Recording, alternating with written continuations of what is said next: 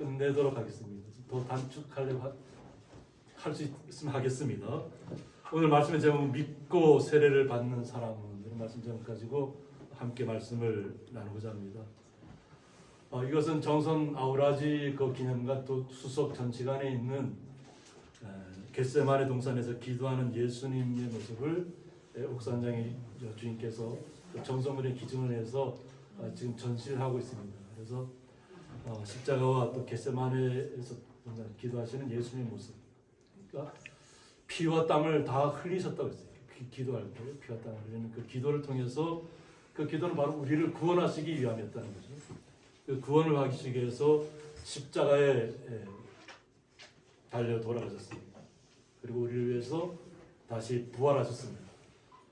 부활하셨지만 이것을 많은 제자들이 먼저 보았습니다.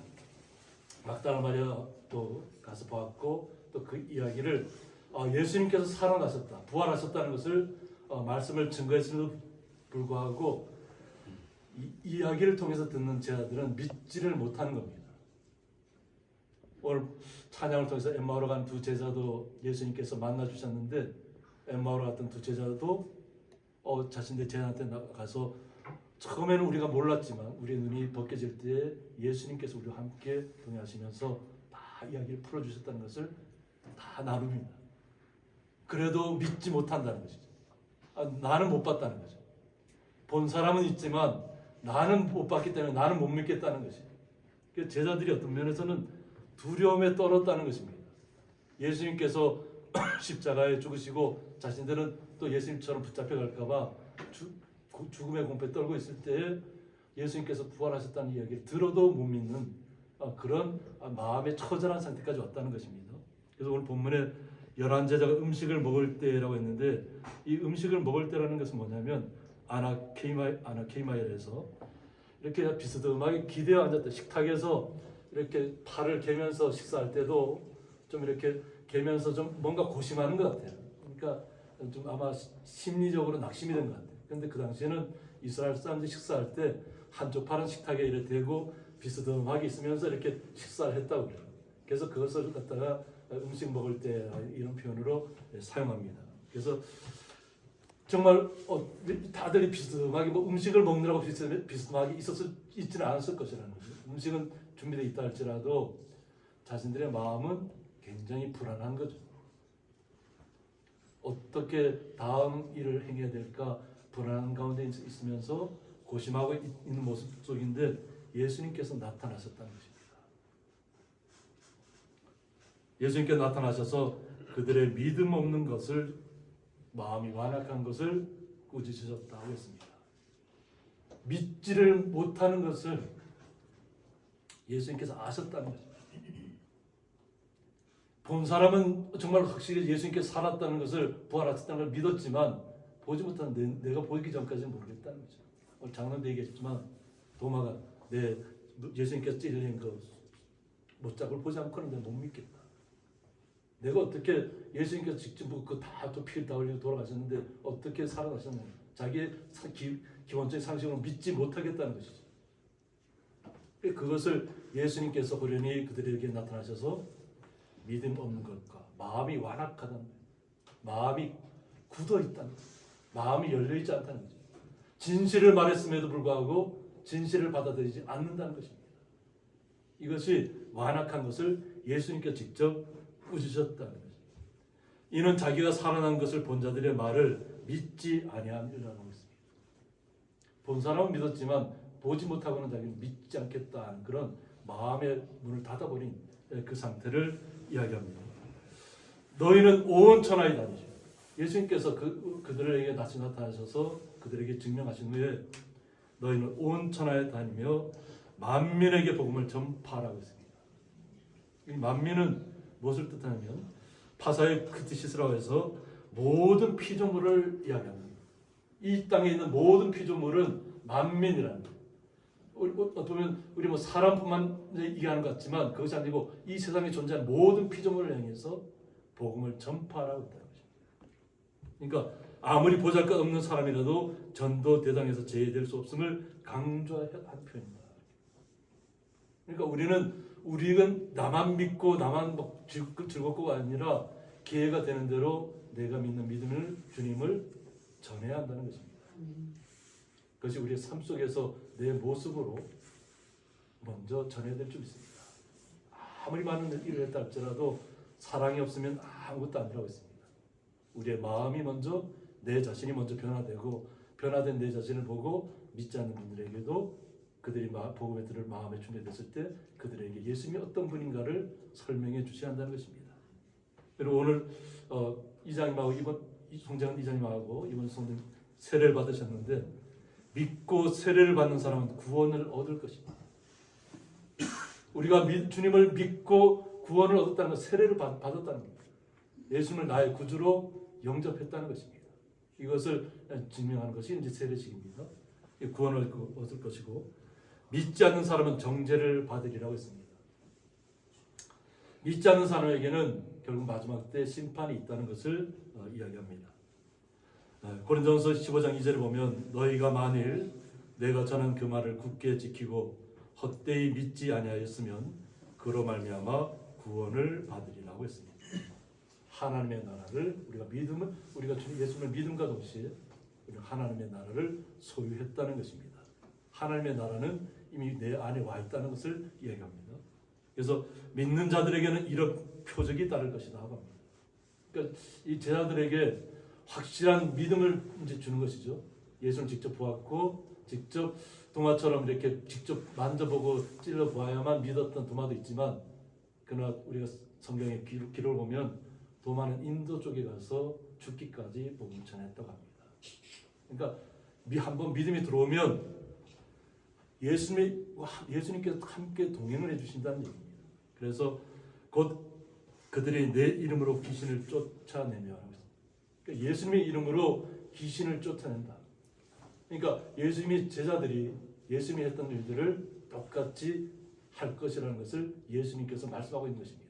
그러니까 두려워하지 말고 복음을 만민에게 모든 피조물들에 가서 전하라는 것입니다. 그리고 새 방언을 말하며라고 했습니다. 새 방언을 말한다는 것은 뭐냐면 성경에서 말하는 방언은 외국어를 얘기합니다. 내가 배우지 않은 외국어. 내가 사용하지 않았던 언어를 내가 사용하게 될 것을 얘기합니다. 우리는 생각하면 방언 이러면 막 사람들이 못 알아들어야 방언인 줄 아는데 성경에서 말하는 방언은 다른 나라 말. 내가 배우지 않아도 하나님께서 그것을 보내시면 그 나라 말을 하게 된다는 거죠. 이것이 하나님의 역사입니다. 오순절에도 그와 같은 역사가 나타났던 것처럼 예수님의 제자들에게 그와 같이 될 것을 새로운 방언을 말하게 될 것을 이야기하고 있습니다.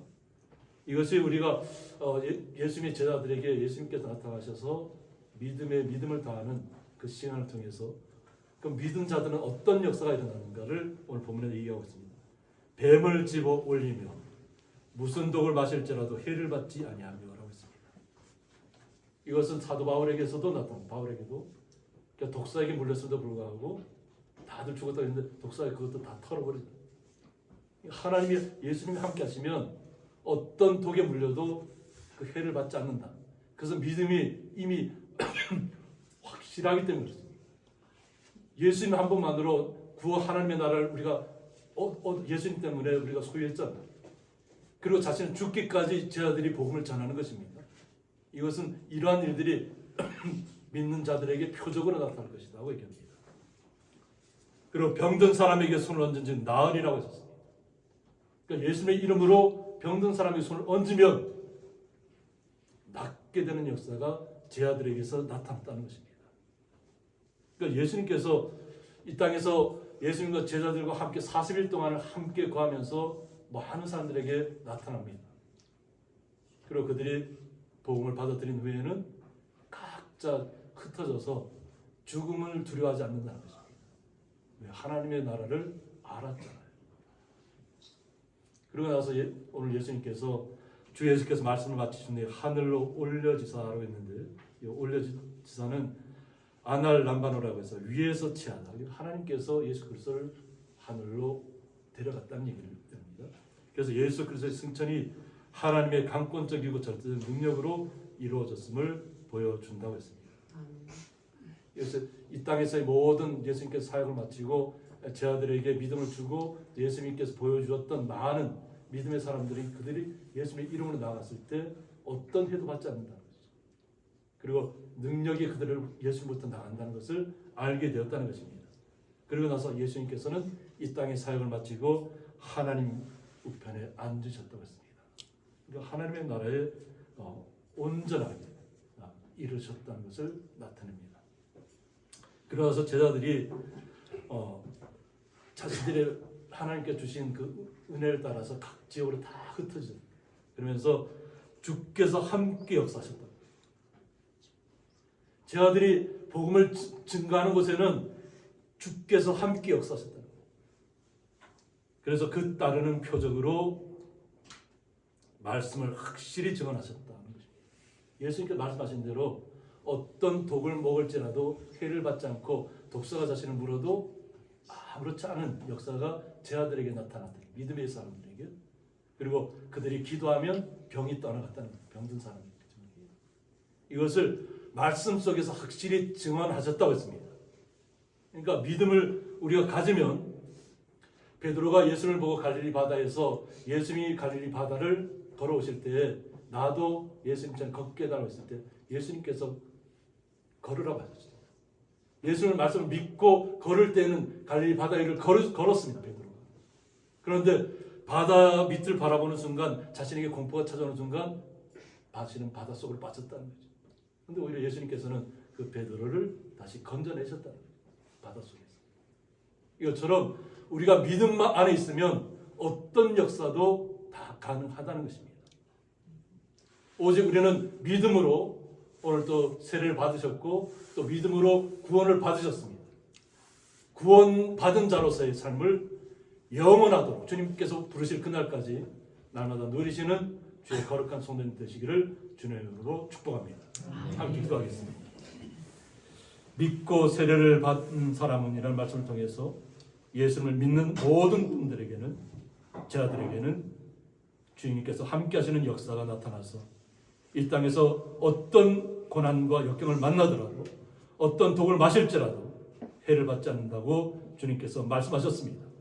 예수님의 말씀대로 우리도 또한 이 땅에서 주님이 부르실 그날까지 날마다 부활의 신앙으로 구원받은 자로서의 삶을 날마다 누리며 나가게 이를 소원하는 모든 성도들에게 기쁨으로 주님께서 함께하여 주옵소서. 그 놀라우신 주님의 사랑에 감사하며 예수님의 이름으로 기도드리옵나이다. 아멘.